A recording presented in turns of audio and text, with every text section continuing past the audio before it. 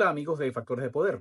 Una vez más les doy las gracias por escuchar y ver estos análisis, además del tiempo que ustedes le dedican a hacer sus preguntas, hacer sus críticas, sus observaciones, que son, como ya lo hemos dicho muchas veces, muy importantes para nosotros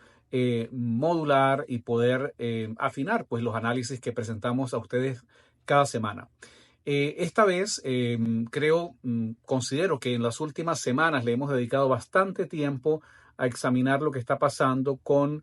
todo este problema de tipo electoral de la política interna en Venezuela. Pero no podemos descuidar que Venezuela está inserta en un marco geopolítico y que desde nuestro punto de vista, desde nuestras coordenadas, la política hay que verla también pues dentro de un marco de lo que nosotros denominamos la lucha o la dialéctica de imperios o la dialéctica de estados. Esto lo que quiere decir es que no se puede analizar la política solamente en el marco estrictamente de lo que ocurre internamente en un país, sino que es necesario interpretar lo que está pasando en el entorno, específicamente en el entorno geopolítico, que es lo que en buena medida también determina e impacta lo que está pasando fronteras adentro. En el caso de Venezuela, Venezuela es un país que está prácticamente en el tablero de la confrontación pública notoria entre los Estados Unidos, Rusia, China e Irán. ¿Por qué? Porque estos tres últimos países, Rusia, China e Irán, junto a Cuba, que tiene una posición también beligerante en contra de los Estados Unidos, son países que han ejercido una influencia directa en la política venezolana, específicamente en los mecanismos que utiliza el régimen chavista para mantenerse en el poder. Perdón. Y, por supuesto, Estados Unidos no puede ser indiferente frente a lo que ocurre en Venezuela, de manera que lo que está pasando acá y hay un involucramiento directo también en lo que es el desarrollo de la política venezolana. Ahora bien, en los últimos años, la oposición, lo que hemos denominado esa falsa oposición, porque insiste pues en una vía electoral que tiene prácticamente todas las características de ayudar al régimen chavista a seguir en el poder, esta oposición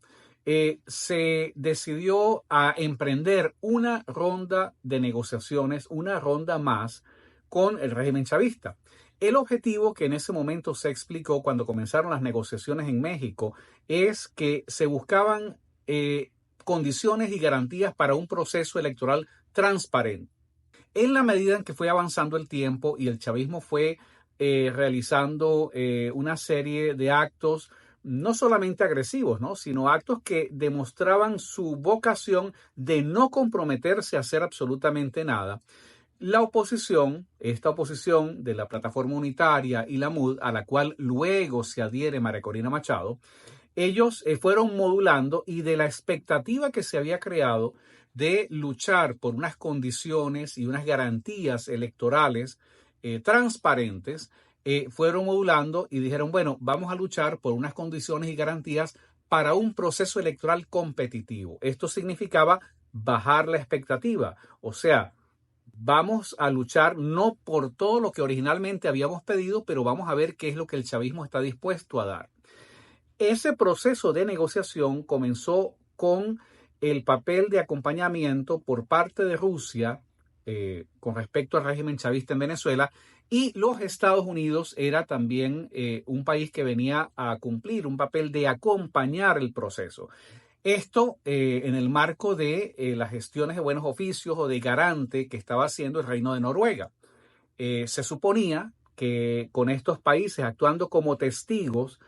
supuestamente testigos de buena fe, se produciría una negociación, un diálogo, un intercambio transparente entre esa oposición y el régimen chavista, y que una vez suscritos unos acuerdos y definidos unos compromisos en lo que en ese momento se firmó, se podía pues entender hasta qué punto el chavismo realmente estaba dispuesto a comprometerse realmente con esos cambios que había ofrecido. De manera muy, vamos a decir, habilidosa, el régimen chavista siempre se ha caracterizado por filtrar, deslizar, dejar colar en esos acuerdos lo que nosotros llamamos los pies de página, o sea, la letra pequeña con un número pequeño, con expresiones y oraciones de doble sentido, que siempre luego eso es lo que es utilizado como un mecanismo para, salirse de un compromiso y simplemente justificar que nunca hubo pues la intención realmente de asumir eso a lo cual el chavismo se estaba comprometiendo. Bueno, no solamente esto fue lo que ocurrió, sino que habilidosamente el chavismo identifica que en realidad la oposición con la que está negociando no está negociando desde una posición de fuerza o de una posición de fortaleza. Lo voy a explicar, porque alguien podría pensar, bueno, ¿cómo es posible que si el 90% de los venezolanos está en contra de Nicolás Maduro, entonces, hipotéticamente, si esta oposición representa a ese 90%, pues estaría teóricamente negociando desde una posición de fuerza? Pero esto no es así. ¿Por qué? Porque lo hemos dicho y lo hemos explicado anteriormente, no hay mecanismos institucionales para que esta oposición pueda hacer valer ese 90 o 60% o esa mayoría que dice representar. En condiciones normales, en una democracia con instituciones, con separación de poderes, con garantías políticas y constitucionales, por supuesto, existiría un poder electoral que convoca unas elecciones, hay una mayoría que se expresa, una mayoría que decide. Si hay inconformidad con ese resultado de un Tribunal Supremo de Justicia que no está arrastrado o sometido a la voluntad del régimen político y que puede con absoluta autonomía dirimir cualquier tipo de discusión, cualquier tipo de cuestionamiento que pueda surgir a ese resultado. Bueno, ese no es el caso de Venezuela. Entonces, si bien es cierto que hay una opinión en la calle masivamente en contra de Nicolás Maduro, en contra del chavismo, y yo diría que no es exagerar cuando uno establece una proporción de 90-10. Bueno, no hay manera de que eso se traduzca en una decisión, en un ejercicio real y efectivo del poder. ¿Por qué? Porque también, como lo hemos dicho siempre, el régimen chavista, el Estado chavista tiene una serie de instituciones y la más importante sin duda es el apoyo de las Fuerzas Armadas. De esto se vale el chavismo para imponer su voluntad sobre el 90% de la población. Entonces, en estas condiciones, cuando la oposición, la Plataforma Unitaria y la MUD se sientan a negociar con el chavismo, en realidad lo que tienen como una carta de fuerza, como un activo para negociar, no es ese respaldo hipotético del 90% de la gente que está en contra de Nicolás Maduro. En realidad,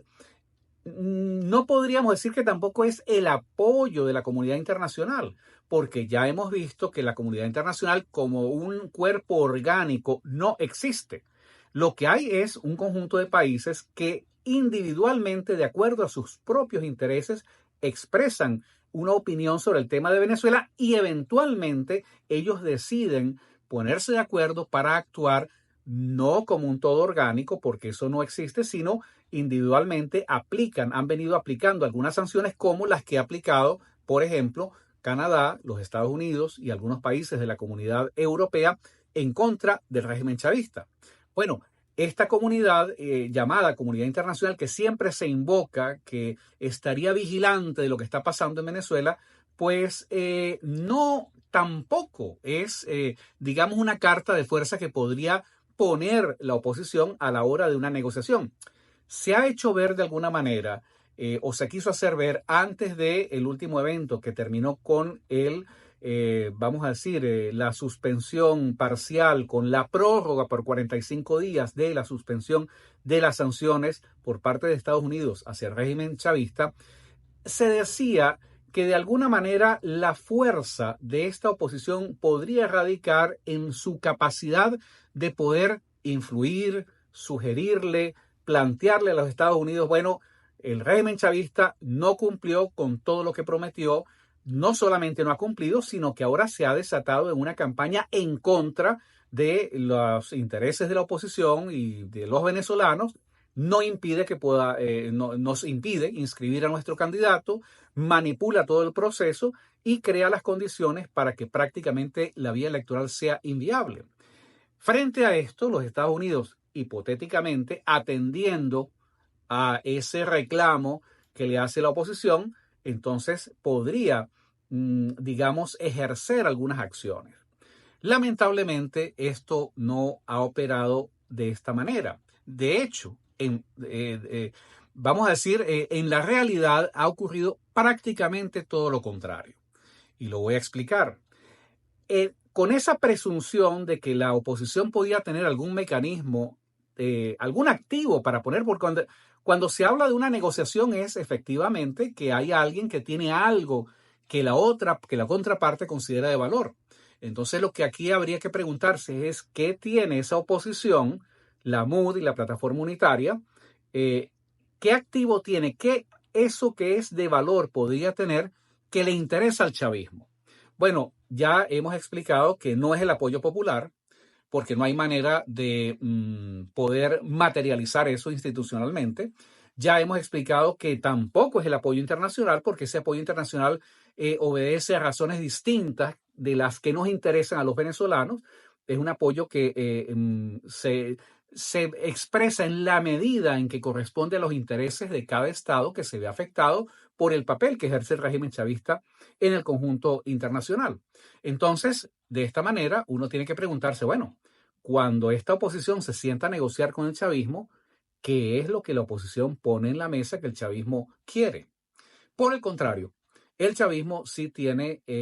cartas fuertes para negociar. Tiene, digamos, todo lo que es el respaldo militar o la manipulación o la capacidad de usar la violencia institucional en contra de la población civil desarmada. El chavismo, por supuesto, a pesar de que hay una retórica que dice que la comunidad internacional lo desconoce, bueno, no, la comunidad internacional reconoce el régimen chavista de manera que ese reconocimiento le da una carga importante de poder y de sentarse, porque digamos, es la entidad que está tomando las decisiones, es quien decide, por ejemplo, quién va preso, quién sale en libertad, es quien decide cuándo van a ser las elecciones. De manera que en esta, digamos, en esta valoración, eh, el chavismo en realidad ha tenido esa capacidad, vamos a decir, de poder invocar en su favor, pues el ser el poder realmente existente en Venezuela. De esta manera, cuando hacemos una valoración, ¿verdad? Cabeza a cabeza, pues nos encontramos que la posición de esta oposición es sumamente débil. Pero no solamente eso, sino que lo que comienza por parte de Estados Unidos como un proceso de acompañamiento se transformó en otra cosa completamente distinta y ya lo vamos a explicar. Recordemos, hay dos cosas que hay que recordar. Cuando en las primeras fases, en las primeras semanas de las negociaciones en México, Jorge Rodríguez nos sorprende en dos momentos diferentes, pero con dos declaraciones que apuntaban al mismo objetivo. Primero, ellos dicen que ellos exigen la incorporación de Alex Saab, quien en ese momento estaba preso en los Estados Unidos, la incorporación de Alex Saab como en su calidad de diplomático, entre comillas, a la comisión negociadora y que hasta tanto eso no ocurra, ellos no volverán a negociar. La gente de la oposición dijo, no, no, esos son pataletas, esos son rabietas de última hora, se va a seguir negociando, hay que negociar sin los micrófonos,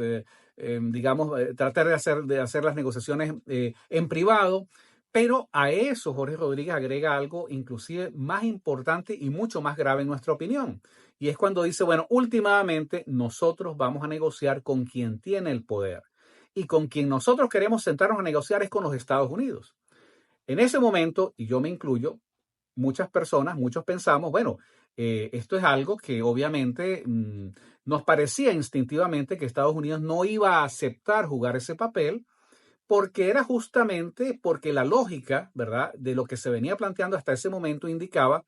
que lo que había que reforzar era la capacidad negociadora de esa oposición que estaba tratando de entenderse con el chavismo. Bueno, lo que ocurre en los meses siguientes en realidad llevó a un destino, a una situación completamente diferente. ¿Qué es lo que ocurre en los meses siguientes? Que efectivamente, tal como lo había exigido Jorge Rodríguez, Estados Unidos hace un papel donde prácticamente echa a un lado a la oposición, la hace a un lado y emprende negociaciones directas y bilaterales con el régimen chavista. Estas negociaciones son las que dan como resultado que, en base a los intereses geopolíticos que pueda tener Estados Unidos, que no necesariamente coinciden o tienen que coincidir con los intereses de la mayoría de los venezolanos, en el marco de esas negociaciones, Estados Unidos libera a los narcos sobrinos de Cilia Flores. En el marco de esas negociaciones es liberado justamente Alex Saab. Y en el marco de esas negociaciones se produce el levantamiento de las sanciones. Se podía pensar que frente a todas estas concesiones que Estados Unidos le hace al régimen chavista, pues uno podría imaginar, bueno, es la oposición la que está de manera activa por razones estratégicas diciéndole a Estados Unidos hay que hacer esto, es conveniente, no hay que presionar mucho, vamos a darle oportunidad al gobierno de Maduro para que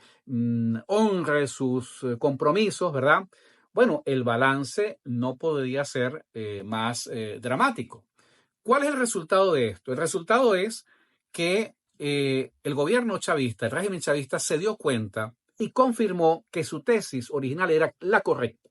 que con quien tenía que negociar en realidad era con los Estados Unidos. Y los Estados Unidos a su vez se encargan de validar esa tesis cuando hacen a un lado a la MUD y a la plataforma unitaria.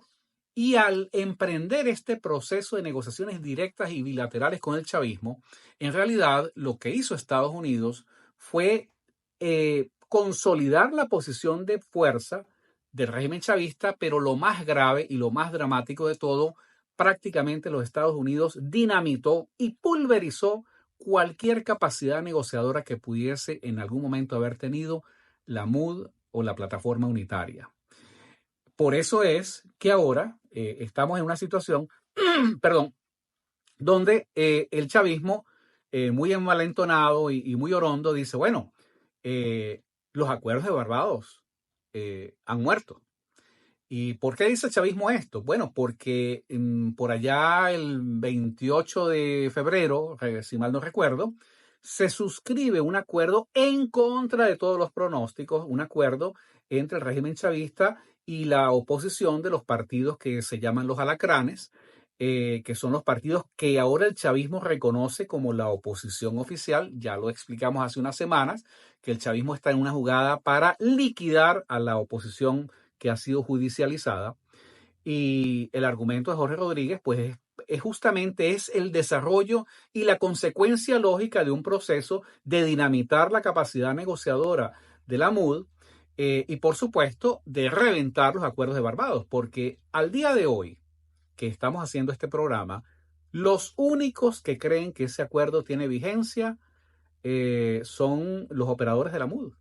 porque más nadie, ni siquiera Estados Unidos, le da valor a esos acuerdos, a no ser que sea para utilizarlos como algo referencial, como hizo un representante hace unos días del Departamento de Estado,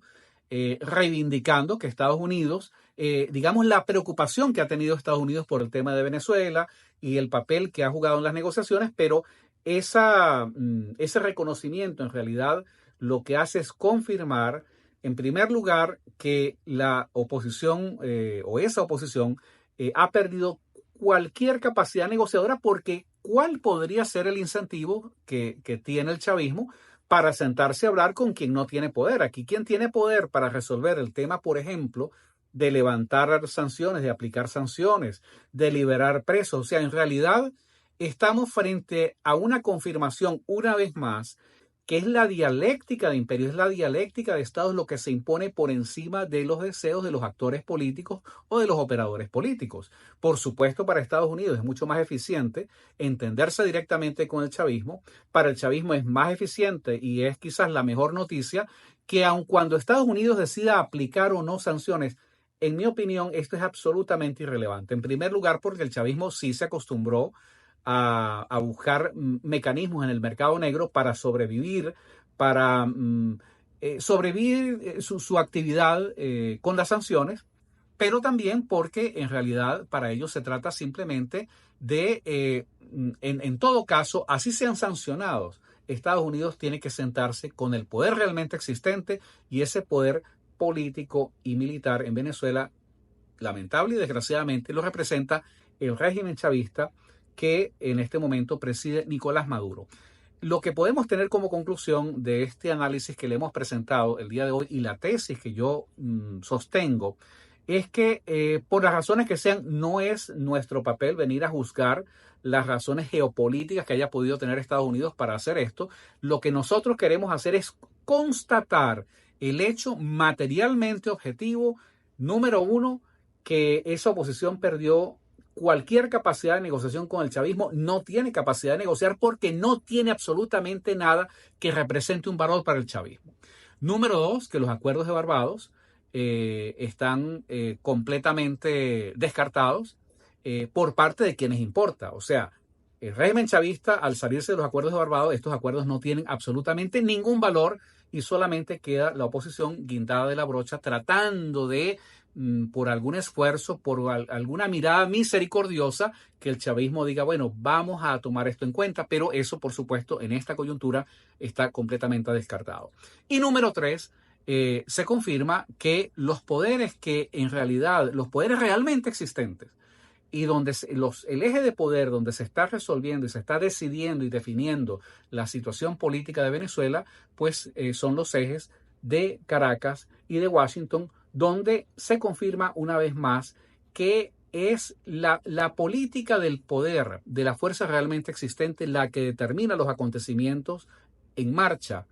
Pero no es la ilusión metafísica ni el apostar a un discurso esperanzador, pero que en realidad está absolutamente lleno de equívocos y lo que simplemente puede buscar es crear cierta apariencia y cierta ilusión de que las cosas van bien cuando en realidad esto pues va por un camino que es completamente inconveniente para los intereses de los venezolanos. Con esto lo que queremos decir es que